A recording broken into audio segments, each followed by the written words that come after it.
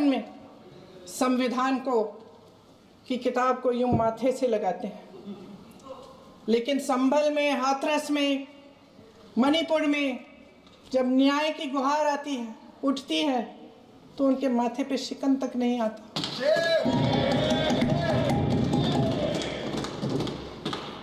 शायद समझ नहीं पाए हैं कि भारत का संविधान संघ का विधान नहीं है।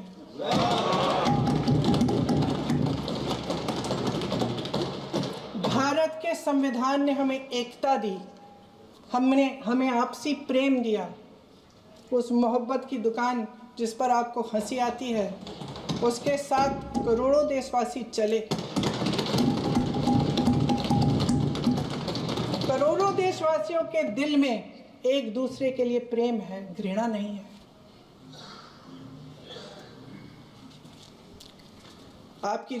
इनकी जो विभाजनकारी नीतियां हैं, उसका नतीजा हम रोज देखते हैं। राजनीतिक फायदे के लिए संविधान को छोड़िए, देश की एकता को भी ये रख नहीं सकते, इसकी सुरक्षा नहीं कर सकते। हमने संभल में देखा, मणिपुर में देखा।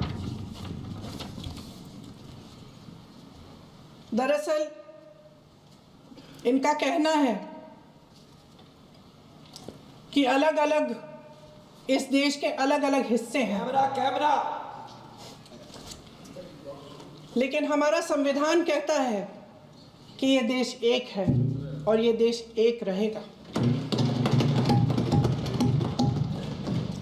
जहां खुला विवाद होता था, अभिव्यक्ति का सुरक्षा कवच होता था, इन्होंने भय का माहौल पैदा किया है।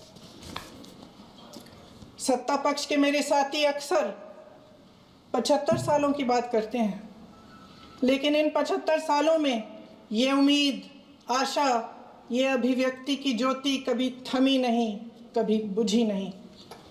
इस देश की जनता ने खुलकर आलोचना की, निडर होकर धरने किए, प्रदर्शन किए। जब जब जनता नाराज हुई, तब तब सत्ता को ललकारा, उसे चेतावनी दी, बड़े से बड़े नेताओं को कटघरे में खड़ा किया, उनसे जवाब मांगा, न्याय मांगा। इस देश के छोटे छोटे से नुक्कड़ की दुकानों में, चाय की दुकानों में, इस देश के घरों में, गलियों में, मोहल्लों में, अखबारों में, प्रकाशन घरों में, न्यायपालिकाओं में चर्चा कभी बंद नहीं हुई। लेकिन आज ये माहौल नहीं है। आज जनता को सच बोलने से डराया जाता है, धमकाया जाता है। पत्रकार हो या विपक्ष का नेता हो या किसी यूनिवर्सिटी का प्रोफेसर हो, छात्र संघ हो या कर्मचारियों का संगठन हो, सबका मुंह बंद कराया जाता है। किसी पे ईडी, किसी पे सीबीआई, किसी पे इनकम टैक्स, फर्जी मुकदमे लगवाए जाते हैं, जेल में डाल दिया जाता है। विपक्षी नेताओं को जेल में डाल दिया जाता है, उनको सताया जाता है। किसी को नहीं छोड़ा इस सरकार ने। देशद्रोही कह कह के उत्तर प्रदेश में मुझे याद है कुछ अध्यापिकाएं प्रदर्शन कर रही थी, उन पर मुकदमा डाल दिया देशद्रोही का, उन्हें देशद्रोही कह दिया। इन्होंने देश का पूरा माहौल भय से भर दिया है। इनकी मीडिया की मशीन झूठ फैलाती है, तरह तरह के आरोप लगाती है, और शायद वह भी भय में ही है। महोदय, मैं इस सदन को याद दिलाना चाहती हूँ कि ऐसा डर का माहौल देश में अंग्रेजों के राज में था। जब इस तरफ बैठे हुए गांधी की विचारधारा वाले लोग आज़ादी की लड़ाई लड़ रहे थे, और उस तरफ वाली विचारधारा वाले लोग भय में रहकर अंग्रेजों के साथ साठ-गांठ कर रहे थे। लेकिन अध्यक्ष महोदय, भय का भी अपना स्वभाव होता है। भय फैलाने वाले हमेशा भय का खुद शिकार बन जाते हैं। ये प्रकृति का नियम है। आज इनकी भी यही हालत हो गई है। भय फैलाने के इतने आदी हो गए हैं कि खुद भय में रहने वाले हैं, चर्चा से डरते हैं, आलोचना से घबराते हैं।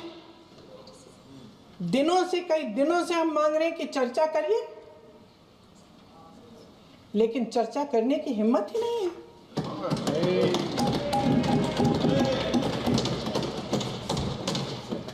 एक कहानी होती थी अध्यक्ष महोदय, शायद बचपन में आपने भी सुनी होगी। राजा भेष बदलकर बाजार में आलोचना सुनने जाता था। ये सुनने जाता था कि प्रजा मेरे बारे में क्या कह रही है, मैं सही रास्ते पे चल रहा हूं कि नहीं। लेकिन आज का राजा, भेष तो बदलते हैं आज के राजा, शौक तो है उनको भेष बदलने का, लेकिन न जनता के बीच जाने की हिम्मत है और ना आलोचना सुनने की। महोदय, मैं तो सदन में नहीं हूं।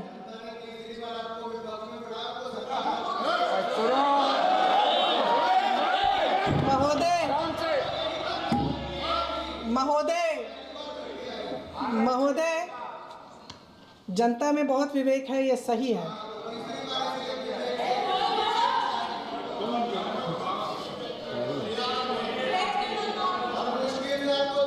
अच्छा महोदय, मैं सदन में नहीं हूँ, कुछ, हाँ ठीक है, मैं सदन में नहीं हूँ, मात्र 15 दिनों से आ रही हूँ। लेकिन मुझे ताज्जुब होता है कि इन 15 दिनों में इतनी बड़े इश्यूज हैं, इतनी बड़ी बातें हैं, प्रधानमंत्री जी मात्र एक दिन के लिए, शायद 10 मिनट के लिए दिखे हैं सब।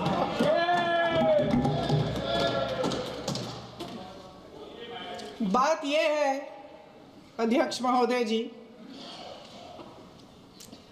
कि ये देश भय से नहीं, साहस और संघर्ष से बना है। इसको बनाने वाले देश के किसान, जवान, देश के करोड़ों मजदूर और गरीब जनता है। संविधान इनको साहस देता है। मेहनती मिडिल क्लास है और इस देश के जो करोड़ों देशवासी हैं, जो रोजाना भयंकर परिस्थितियों का सामना करते हैं, उनको साहस देता है। वायनाड में जो आपदा आई, उसमें एक छोटा लड़का था 17 साल का। 6 घंटों के लिए उसने अपनी माँ को बचाने की कोशिश की। 6 घंटों के लिए आप सोच सकते हैं कि अगर नदी की धारा बह रही है, नाराज है, आप अपनी माँ को पकड़े हो, 6 घंटों के लिए पकड़े रखते हो कि मेरी माँ बच जाएगी, और अंत में वो माँ भी बह जाती है। उस लड़के का साहस, उन महिलाओं का साहस जो पीड़ित हैं लेकिन फिर भी अपनी लड़ाई लड़ रहे हैं, उन संभल के बच्चों का साहस जिनके पिताजी अभी गुजर गए, लेकिन फिर भी उनके सपनों को साकार करने की हिम्मत है, उनका साहस है। वो साहस इस संविधान ने दिया है।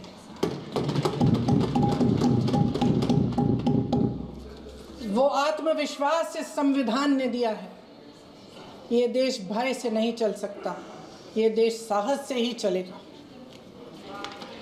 भय की भी सीमा होती है, और जब वो सीमा पार हो जाती है, जब किसी को इतना दबाया जाता है कि उसको लगने लगता है कि अब मेरे पास खोने के लिए कुछ नहीं है, तब उसमें एक ऐसी शक्ति पैदा होती है जिसके सामने कोई कायर खड़ा नहीं हो सकता।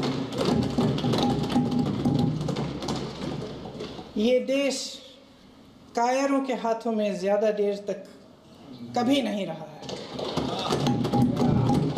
ये देश उठेगा, ये देश लड़ेगा, सत्य मांगेगा, सत्यमेव जयते।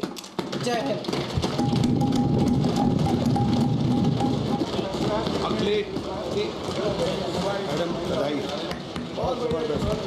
अध्यक्ष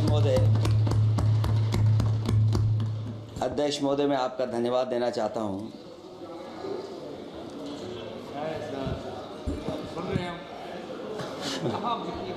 अध्यक्ष महोदय, मैं आपका धन्यवाद देना चाहता हूं। साथ ही साथ